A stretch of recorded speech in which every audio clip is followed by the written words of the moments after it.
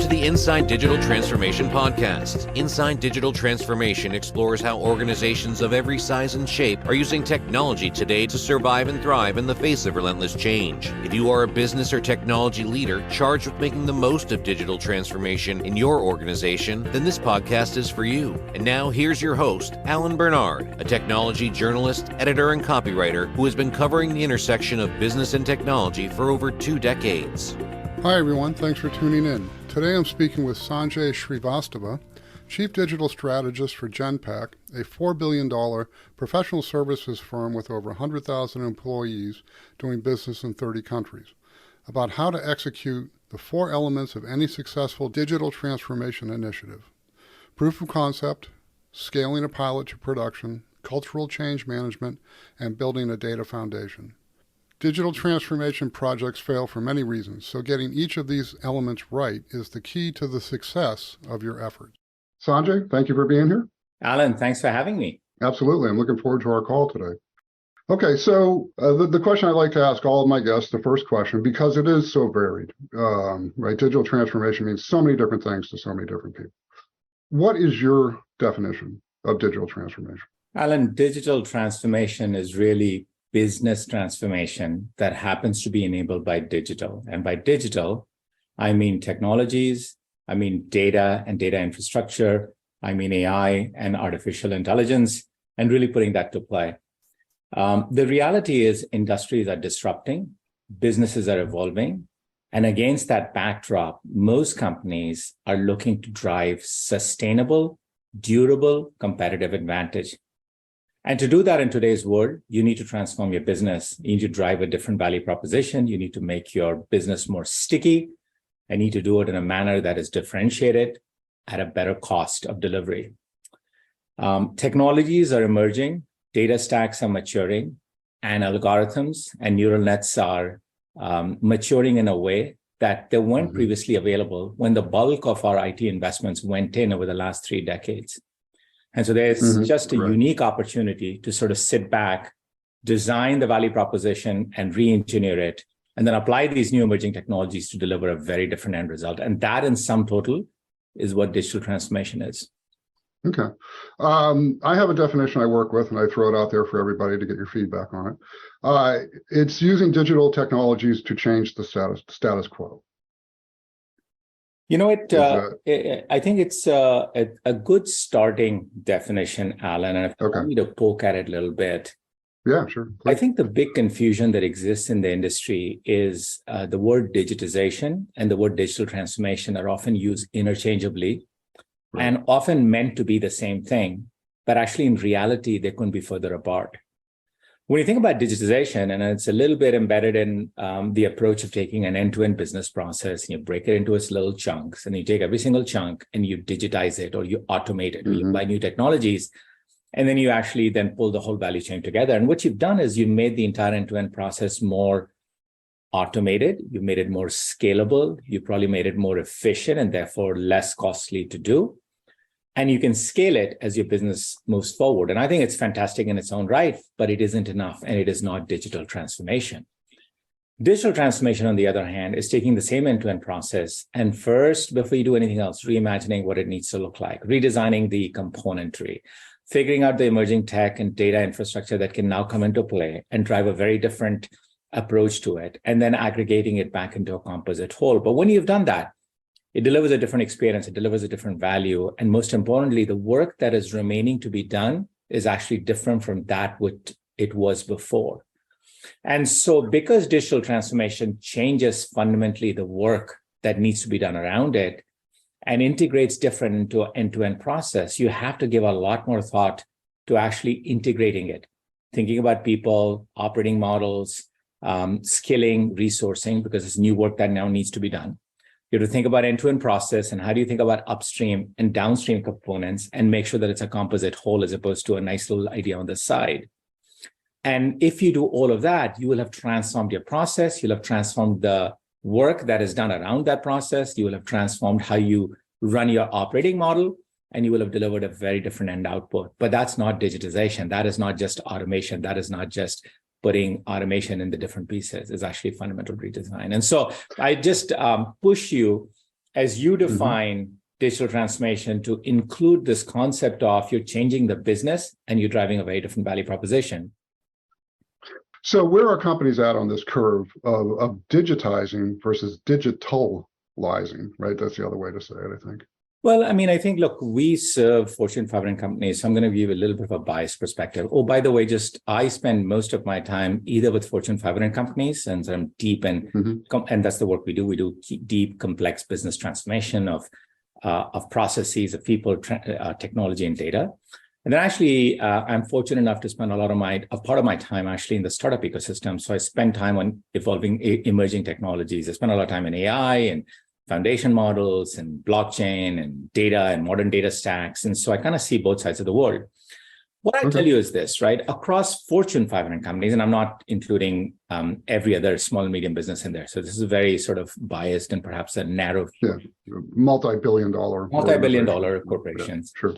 What I would say is that over 90% of my CTOs or CIOs or CDOs that I work with are increasing their digital intensity. In other words, they're going to be investing more next year than they did last year. Now, it doesn't mean that the overall IT technology spend is going to move. It may be remaining the same. It may be going up. It may be going down. But what's happening is companies think about running the business and changing the business. And digital transformation is about changing the business. And there's a lot of shift of dollars internally from one bucket to the other. So the first point I want to make is spend is increasing. Digital transformation is getting higher intensity going into 23 than it was in 2022. And it was the same for 2022 compared to 2021, actually massively so. And that's the percentage of budget. Well, that's the percentage of budget that's going to change as opposed to. Well, think about it. It's percent of budget. It's a percent of mindshare of the board. It's a percent of allocation of people, which is kind of the most expensive expertise and asset base that you have in a corporation. And so, yes, that's what that measures. The flip side of it is, and depending on who you talk to, you get different numbers of the data. But from our count, about 72% of digital transformations don't actually deliver to the ROI numbers that were put forward in the business case when they first started. And that's an alarmingly high number. So you've got this big discontinuity. You've got almost 90+%, 100% of companies that are investing more in digital intensity, but they aren't really getting the results because 70%, 72% of that doesn't deliver to the original ROI expectations the company had. And so I look at that and I kind of say, why, right? And for us, the why is fairly simple. It's the idea of you have to be thoughtful and purposeful about the stages of digital transformation. And if you don't go through it in a very structured, governed fashion, you end up taking a lot of shortcuts, which actually get you to the next turn faster, but get you off the course completely. And so I'd say, to answer your original question, I think intensity is increasing, maturity is evolving. And I would say, depending on which industry you're in, you're at different points of the maturity curve on where you are with digital transformation. Right. Okay. All right. Well, that's a gregreat segue into what we're talking about today, which is best practices around maximizing the investment, right? And building, as you say here, durable competitive advantage using digital technologies, right? So that brings me kind of back to that 72% number. So how do you get that number lower? And I guess maybe we could just start with the first part of our outline that we started with here, which is proof of concepts, right? Which, as I mentioned, to me seems like table stakes, that if you're engaging in digital transformation as a CIO, you kind of need to know this, right? But what is it that they don't know, or what is it that isn't working with this idea of just running some proof of concepts? So I think the challenge with proof of concepts is the inside out mindset, right? If you think about digital transformation for a minute, the people that drive it best are the people that bring in an outside in and an inside out mindset at once. And here's what I mean by that. Really, to be able to transform with emerging capabilities, you have to have a leg outside the company. You have to understand emerging tech. You have to be in the venture ecosystem. You have to curate startup capabilities. You have to figure out what the maturity curve is. And you have to be able to be outside the boundaries, the four walls of the constraints that drove the problem in the first place. And so you need this outside in perspective. You need to spend enough time outside and have a point of view that allows you to break the boundaries, to bring in new capabilities, and to be able to reimagine what that world looks like. On the other hand, the challenge of digital transformation, unlike digitization, is that it's fundamental, it's foundational. It has to be done at the grassroots, that you have to get stakeholder engagement, you have to get people energized, you have to get the capabilities adopted, and you have to be able to drive this as our project, not the IT team's project. And so you need a very inside out mindset. You need to be connected with stakeholders. You need to have the championship to drive that fundamental change. And of course, the problem is you got to do both things at once. That you actually have to be an outside in thinker, and then you have to be an inside out person.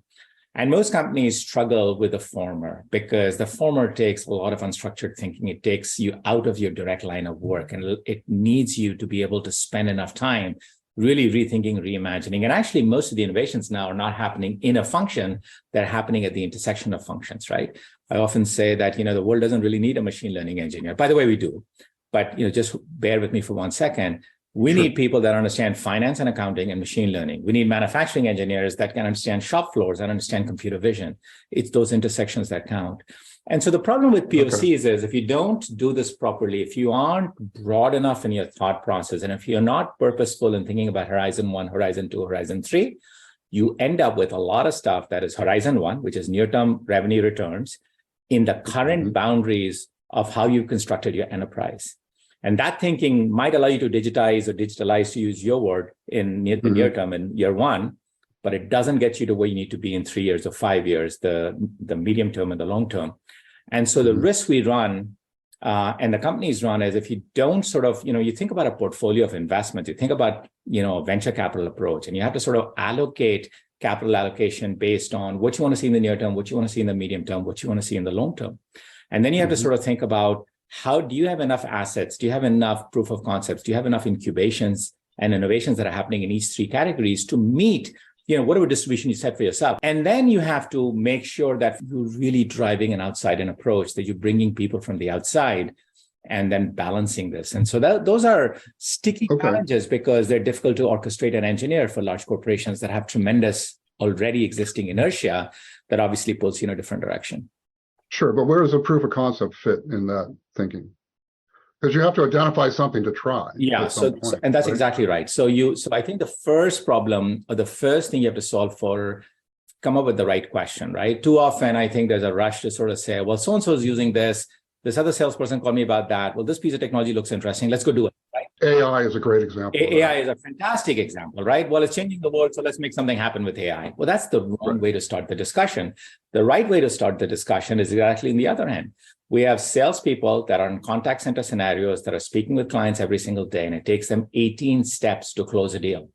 How do we compress that? That's a business problem. That's the actual problem at hand. And when you look at that, then you sort of say, well, listen, let's take a step back. What does it take to go from 18 steps to 2 steps? What is the data that's required? What is the analytics that's required? What is the AI that's required? What are the emerging technologies that are required? And so you start with a very different idea, which is, I'm going to change a business process. I'm not going to POC a new technology. And that's, I think, the key in all of this, right? So surfacing the right questions, understanding the business cases, being thoughtful about what technologies to put where in resolving for those POCs. And then, by the way, the last part of it is driving a very governed process. So this isn't a technology initiative. No way. This is a business initiative. So you need the CIO at the table, but you need the business unit owners at the table. It's a budget that you jointly own. The intersection of functions that you just That's mentioned. Exactly right. That's exactly right. And the joint ownership around that. Okay. So let's take that 18-step example and contrast that with digital transformation. If you were digitizing that, how would you think of that process? So I think there's almost 3 parts to the problem or the approach. I think you first sort of think about, is the 18-step the problem? Is it the fact that the way you're actually engaging the 18 steps, is it a call an issue? So you have to actually really get down to the problem definition. And I think, too often, certainly in the Western Hemisphere, we've sort of grown up with the mindset of find a problem and the best response is solve it immediately, right? And oftentimes, I advise clients, take a step back and sit with the problem longer than you're comfortable with it, because that allows you to think about it in different ways and come up with the right definition. So I think getting definitions right is important. So let me kind of rephrase that question. So if I was attacking that problem 10 years ago, before some of the emerging tech that's available today, and I was simply looking to automate more steps in that process, that would be a digitization approach to quote unquote solving whatever, taking call volumes down, making calls 10 minutes instead of 20, whatever that end goal is, right? And so I might automate many of those steps, right? And that would be 10, 15 years ago, that would have been digital transformation, right? But today that's not the case. That's right. Okay. And the reason All it's right. not the case, So I understand what you're. that's right. And the reason that's Okay. not the case is because today what you're doing is you're not just automating those 17 steps to be faster. You're actually cutting 17 to 3 because you're saying, let's apply AI to analyze the data trajectory of this call pattern and compare it to a base pattern. So basically, I'll be on a call with you and I'll say, Alan, here's the answer to the question you asked. By the way, most people that have asked this question in the past call back in 2 weeks and ask this next question. If that is you, here's what it is. You've eliminated a whole call. You haven't reduced it. You've actually eliminated it, right? So that's an example of what digital transformation does that digitization doesn't do. I think the other example is on the user side, right? So you've got this amazing thing set in place, and I'm on a call in a call center environment, and this thing is guiding me along where it is and what to do next to be able to kind of get this perfect closure mechanism in place. And then I've got this Post-it on the side of my sheet, and it's all my tribal learnings of do this and do that. I'm pretty much ignoring what the system is telling me and going by my little Post-it notepad because, hey, I know how it works. And so you've got this adoption problem that is happening. And if you just did digitization, you'd automate the process. But when you do digital transformation, you think about that person, you think about compensation, you think about incentives. You put together a mechanism that say, Alan, every time you use this thing, you get twice the commission or whatever the rate is, right? So you've got a financial incentive and you kind of get people more engaged and get the adoption up. And then, of course, once you get the adoption rolling, you start seeing benefits that get more people pulled in. But if you were just digitization, you would never think about compensation, never think about HR, you never think about skilling. And when you, it would be an IT problem. That's exactly. It would be, you'd be talking IT about what package you can put in place to automate the steps to shave 3 minutes off each process. And then at the end of the day, that saves X number of dollars, and that's your business benefit. Got it. Okay, what else do we need to know about proof of concept? Here's the one last thing that I see enterprises get wrong. They don't kill bad projects fast enough. Fail fast. You have to put yourself in a ruthless capital allocation mindset. And you have to start the game knowing that I'm going to try 10 things, of which 4 will be brilliant, 2 will be good, and 4 will be failures. And that's okay. And so and I think your people need to understand that, more importantly, right? Exactly right. That's exactly right. Right. And then driving a very clinically rigorous process of saying metrics, returns, progress, go, no go. And killing that 4 out of 10 or whatever the number is fast enough so you can take those resources, you take the capital, you take the mind share, you take the attention, and you reinvest in the things that are working. And most companies I see actually end up running POCs way longer than is needed, than is right, and end up diluting returns on the total invested capital because A, they're investing in things that won't work out, and B, they're not investing in things that actually will work out. Okay. So I want to take a step back before we move on to the next topic, which is on my list, which is the stage 2, which would be scaling the pilot. But you've mentioned this a number of times now, and it's caught my ear, and that's focusing on emerging technologies. Why? Because that's some place that most CIOs don't want to go.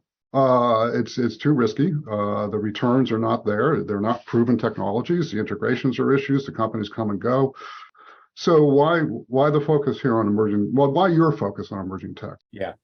No, I think you're right. I'm not suggesting startups. I'm suggesting capable. If you think about the arc of technology in large enterprises, the stuff that is in the top 20 percentile or recent 20 percentile is what I'm talking about. But if you're looking for durable, sustainable advantage in a world that is already disrupting significantly, independent of whether you do something about it or not, it isn't a high-risk, high-return game. It's a game of survival. It's a game of differentiation. It's a game of sustainability. And so I encourage CIOs to actually embrace a little bit of risk to be able to drive differential growth, to be able to build durable advantages. And part of the reason I focus on emerging is because the capabilities of the new technology are not incremental enhancements to what existed, but they are step function changes, right? So, and if you don't take advantage of that step function jump, then you're actually left behind. All right, let's go to stage 2. So this is scaling the pilot into a production environment. This is the stage where you say that this is where most transformations fail. And that really caught my eye. So, because you're only at stage 2 here, you're not even into change management, for example, right? So can you kind of expand on that a little bit? Yeah, I think, look, the biggest difference I see between successful POCs and successful production use cases is the upfront design of the scalability of the architecture and the change management or the mechanism to transform it from one to the other. And here's what I mean by that, right? Now I'll give you a couple of examples. I think the easiest thing in the world, and I can do this for you, is to take a business problem that you have and all of the data that you might have around it. And if you were to give me the data, I'll spend a week on it and I will engineer it. I will run all possible potential models. I'll find the patterns that you can't spot with a human eye. And I can come back with recommendations on how to change it and how to run it. But I've done that with a static piece of data. You took the time to extract, send it over to me, and I've run that. And the accuracy result on that is probably extremely high. Now that's a POC because it proves the fact that I can take your business data and I can engineer it in a fashion and run models in a fashion that I can come back with business insights that you can put into play and be able to put into use. The challenge, though, is when you go into a production environment, the process of running the workflow of data, of expanding from the sample set that you gave me, but running into day-to-day streaming, new coming information, running the what's called as the ML ops, but running the operational element of orchestrating, managing, converting, expanding the features, doing feature identification, and then actually running the models. That is about 95% of the ongoing work. And if you didn't design for that, which by the way, you won't in a POC, because that's not what you set out to do, then you've got a solution that works in 5% scenarios versus 95%. And so not thinking about how you're going to transform a POC into a scale is a big part of the problem. And many corporations slip up on that. And I've seen so many great results in the POCs that just don't translate into the real world because it was never designed for the scale and the streaming nature of the day-to-day operations.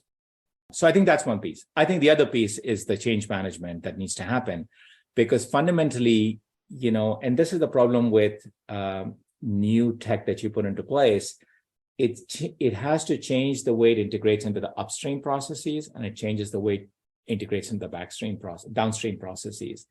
And getting those interfaces right and being able to place it in the context of a business process becomes super important. The example I gave you about the call center thing I was telling you about is exactly that, right? So I think what you're doing is in this phase, you have to focus on innovating at the edge because that's where the best ideas come from. That's where the real examples exist. That's where the new models are developed.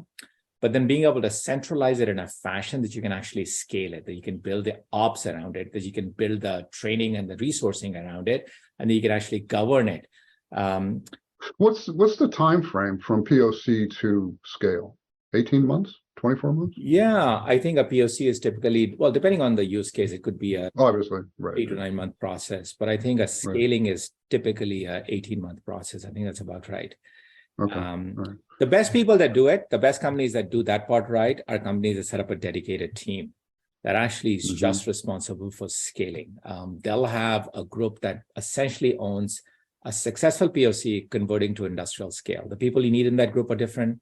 The approaches you take in the group are different. The span of what is involved in the group is different. And it brings a lot of purpose around that. Can you give an example of a company that did that well? Let me give you one example that actually comes to mind, which is in the payments processing space. We saw a POC that was really good at identifying the attributes and the feature set around a specific transaction and correlating it to others. And so by doing so, you'd kind of figure out, 2 shipments are going to the same address. It's probably a family, they're buying XYZ. And you can start getting a sense for who's in the family, what the buying patterns are, not of an individual, but of that household. That's a POC that's important to be able to kind of get there. Where this company was able to scale that focused amount of work is to then apply it in fraud and actually in law enforcement. Oh, interesting. And so as an example, now fast forward out, they're able to essentially look at a running stream of transactions and pick up that there's 6 transactions that happen at 6 completely different websites with 6 completely different credit cards that got shipped to the same end address. The address is the same, maybe the individual is different, but oh, by the way, happen to be the 6 parts of something you don't want to see happen. And so being able to correlate that at the speed of the transactions that are happening now gives you an ability to sort of really get ahead of the curve and sort of notify, the appropriate authorities. But you have to do this at scale. You have to do it at the volume that it's coming through. You have to do it across all transactions. You have to think about different components and be able to spot that needle in the haystack. And so the difference between, hey, here's a set of data and try and figure out who's in a household, which is really the POC, right? How do you construct a household from a basket of transactions, to how do you spot fraud or security threats in the context of everyday millions and millions and millions of transactions processing? That's the scale we're talking about. And so you actually have to design that differently. You have to focus on it differently, and you have to get to the end results differently. Okay. So let's talk about stage 3, which we have here is enhancements and change management. Always a challenge. But let's start with enhancements. What do you mean by enhancements? When you take a POC and you start running it in production, a production environment is a reflection of the real world you're in. And in the real world, business rules will change. Think about something that is managing in transaction processing, something our company does a lot of. And we'll look at invoices and accounts receivables and so forth and automate without a human touch the processing of those to the rules that are set by the companies that work here. Except those rules will change, business models will evolve, the documents and the way the documents are constructed themselves will change, and new formats will come into play. And so if you're not keeping up with the change that's happening, you run the same risk that got you here in the first place, which you implemented a set of really good technologies for what it was 20 years ago, except in the last 20 years, everything's changed 20 times over, right? And so that's the issue that we face. And so the point I want to make on this is that too many digital transformations is hurry up and solve the problem and move on to the next. And that's the wrong approach, because it's not about moving on to the next. Well, of course it is. But you don't end when you've actually got something in production, because you have to recognize that the models will change, the neural nets will have to adapt. Oh, by the way, if it has any AI, I mean, there's a whole other gamut of things, right? You've got model drifts happening, you've got ethical considerations that are coming into play, and so the big point I make is you're not done when production is live. And therefore, when you plan for capital, when you plan for attention, when you plan for governance, plan for it in live environments, and know that you'll be making changes, know that the infrastructure will have to be dynamic, and know that you'll have to drive more and more change management. By the way, change management, everything we talked about so far is change managing ourselves, i.e. our employees. But in a connected commerce system where you're interacting with supply chain partners, when you're interacting with ecosystem partners, you've got to drive change across that. Okay, let's talk about that, because that's the next. We have 6 topics, and that's the 4th one. So, organizational and change management, culture, right? You mentioned culture here too. I think in the past, change management was more about getting people to use the process, but a culture change to accept more risk, for example, that has to happen as well for digital transformation to be effective and impactful, right? There's almost 2 super important components of that. For most digital transformation to happen, amongst everything else that needs to go into business, what is key is that obviously you manage the present, because you can't get away from that. That's your business. You do have to reimagine the future, because that's the job you're in, right? But you have to selectively forget the past. And this is the most important, equally very difficult thing to do. So I'll give you an example of a colleague that went to a corporation as a chief data officer, and he called me in 3 weeks, and was, we're catching up, and he said, look, Sanjay, I mean, this is a 55,000 employee company, and the data and the analytics team is putting out 60,000 reports a month. And it doesn't work. It can't scale. If I'm just delivering all these business insights all day long, how do I transform? How do I go to the next thing? And so, the process that the end result, the short version of the long story, fast forward 6-9 months, is you have to drive consensus that we're going to kill all this stuff, that we're going to zoom in on the data set and get the data set right. We all know, right? You can torture a data set to any conclusion you want it to do. We just got to work at it long enough. And most leaders in enterprises have become super smart. And so there's this idea of, let me take the data and let me kind of morph it in a way it makes sense. And I'll present it in my PowerPoint slide in the way that it makes business sense, right? And those then become institutionalized. And now you got all these reports proliferating around. And the change for them was, we're not going to do any more of that. That we're going to actually focus on a centralized, and in their case, a data with a seal. So it actually, it's funny, it actually has a seal on it, right? Which is certified by corporate or something. And the idea is that that's all we will produce, right? When you're presenting that at the senior leadership meetings or with the CEO, you cannot bring in a PowerPoint. You've got to open the data and show the seal and then talk off the data. It's a change in culture, right? People are used to getting reports sent in the mailbox, most of which they never use, to basically saying, I'm not going to get that. I'm just going to get a certified data set that we know is actually true for the corporation. And then I'm going to have to open that up wherever it is and use that when I'm discussing my sales forecast, my manufacturing planning mechanism, or my supply chain constraints, or whatever with my CEO. And it doesn't come easy because you have to get rid of it. You have to give up what you had. You have to selectively forget the past, right? And to make that, and I think they've ended up in a really good spot because they had the CEO that got behind it, and basically they institutionalized that the SLT at their senior leadership team meetings. You really couldn't come in with anything else other than the certified data set, and it changed the culture because it got people. That's what I was going to ask you. Is that an example of culture change or just simply process change? Well, it's a culture change, right? Because what's happening is you have to go into the minds and hearts of people, and you have to change the way actually they behave and the way they interact. And so now they're looking at the data. Now they're introspecting the data. Now they're actually using it to drive business insights in a way they didn't before. So if you don't change, so in the context of digital transformation, if you're not changing your culture, what are your chances of really succeeding with digital transformation as we've been defining it here? It's hard, right? Because look, on all three stages, finding the right problems, as I said earlier, the problems are not going to come from inside. They're going to come from inside. And so they require a deep understanding of the business. But it isn't just the business, it's the intersection of business and new digital technologies or emerging technologies we said earlier. And so to understand that, you have to change the culture of a business person, and you have to change the culture on the IT side to be true stakeholders and partners, right? So that's one part of the equation. And then I think the other side of the culture change I talked about earlier is you have to give up bad habits, that you have to let go of things. There just isn't enough dollars and attention span to be able to manage all the things you did in the past, plus all the things you need to do in the future, let alone the present. And so part of this is you've got to kill things. Part of it is you've got to let go of comfort zones. And that's culture change. That's key. That's the difference between digitizing something and digital transformation, right? That's exactly right. That's exactly right. Okay.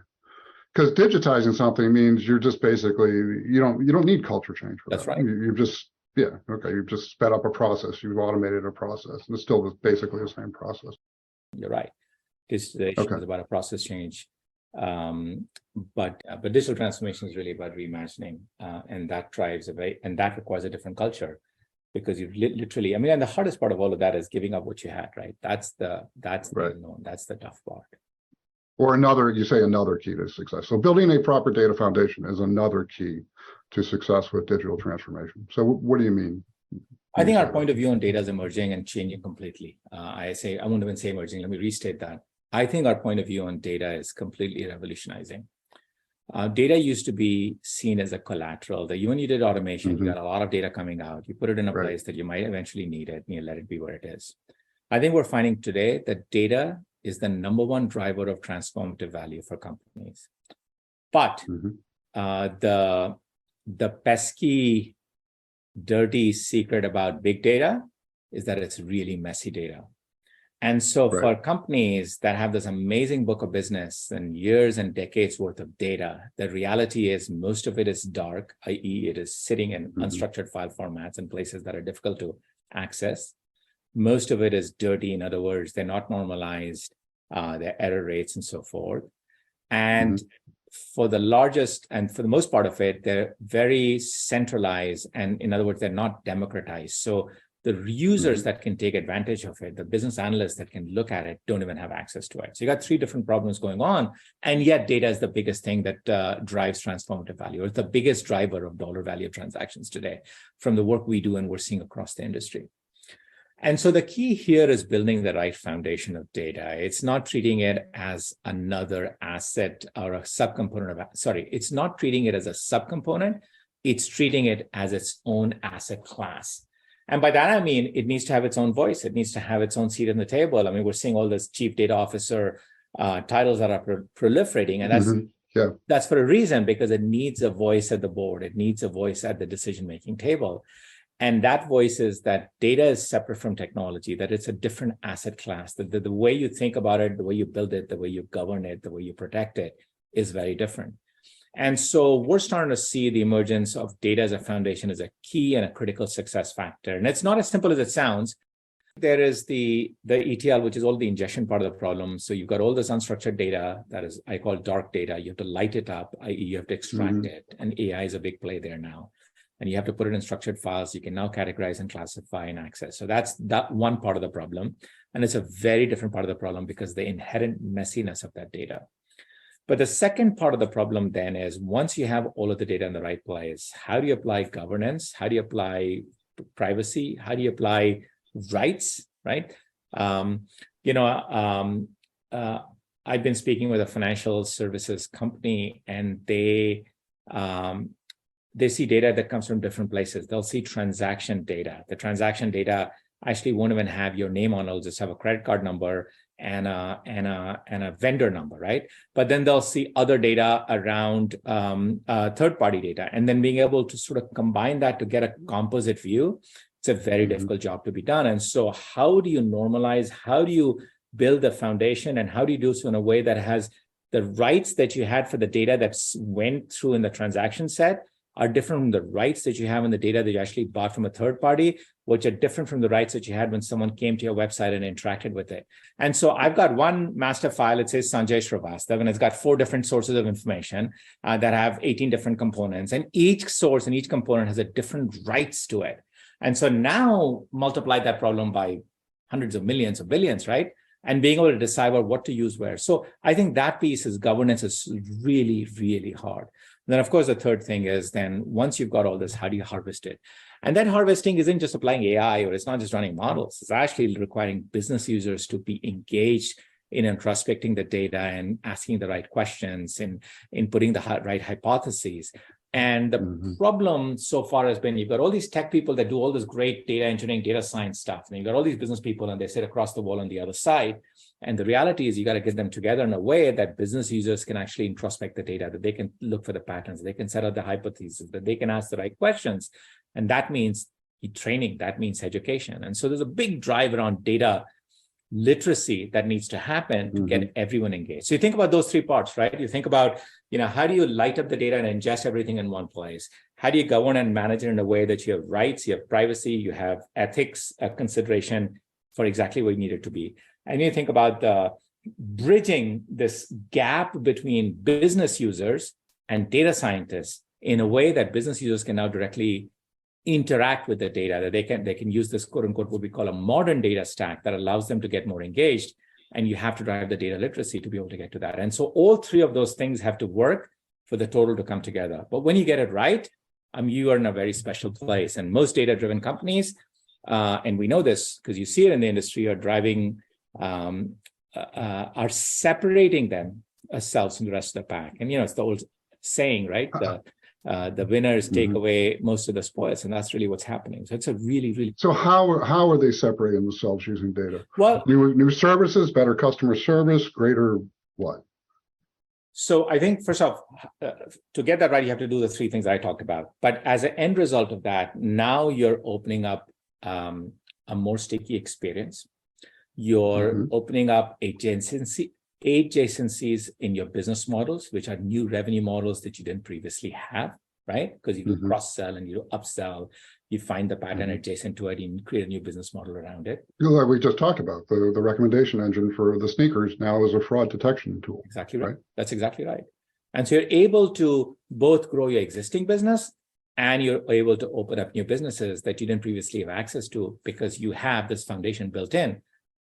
Does the data tell you what to look for in the future, or are you applying the data to your vision of the future? Or is it one and the same? It's a great question. I'll tell you one thing. The best data projects I've seen, and I haven't seen a lot of these, but I see them occasionally, are projects where, the result comes back and says, Alan, here's the answer to the question you asked. Mm-hmm. And by the way, here are the 3 questions you didn't know to ask. Those are the best analytics AI projects, right? Here's the answer to the question you asked, but here are the 3 questions you didn't even know to ask, because I can see patterns in the data that the capability in AI is such that it's above human grade for pattern analysis, weak pattern analysis, I would say, right? And so I can see these things in the data that tells me that this is something you should be thinking about, but you haven't yet. And those are the best results. And so to your point, right, you can't constrain the problem around the questions that you have to both be very open and create the opportunity in the space for the science to come back and say, here are the questions you didn't know to ask, but it's something for you to think about. Okay, awesome. All right, Sanjay, thank you. I really appreciate your time. Alan, it's a great conversation. Thank you for having me. If you like this episode, please tell your friends and subscribe. We post new episodes every week. If you'd like to join our mailing list, become a guest, or suggest topics for future episodes, you can find us on LinkedIn, on our landing page at anchor.fm/InsideDT or at InsideDT.net. Talk to you soon.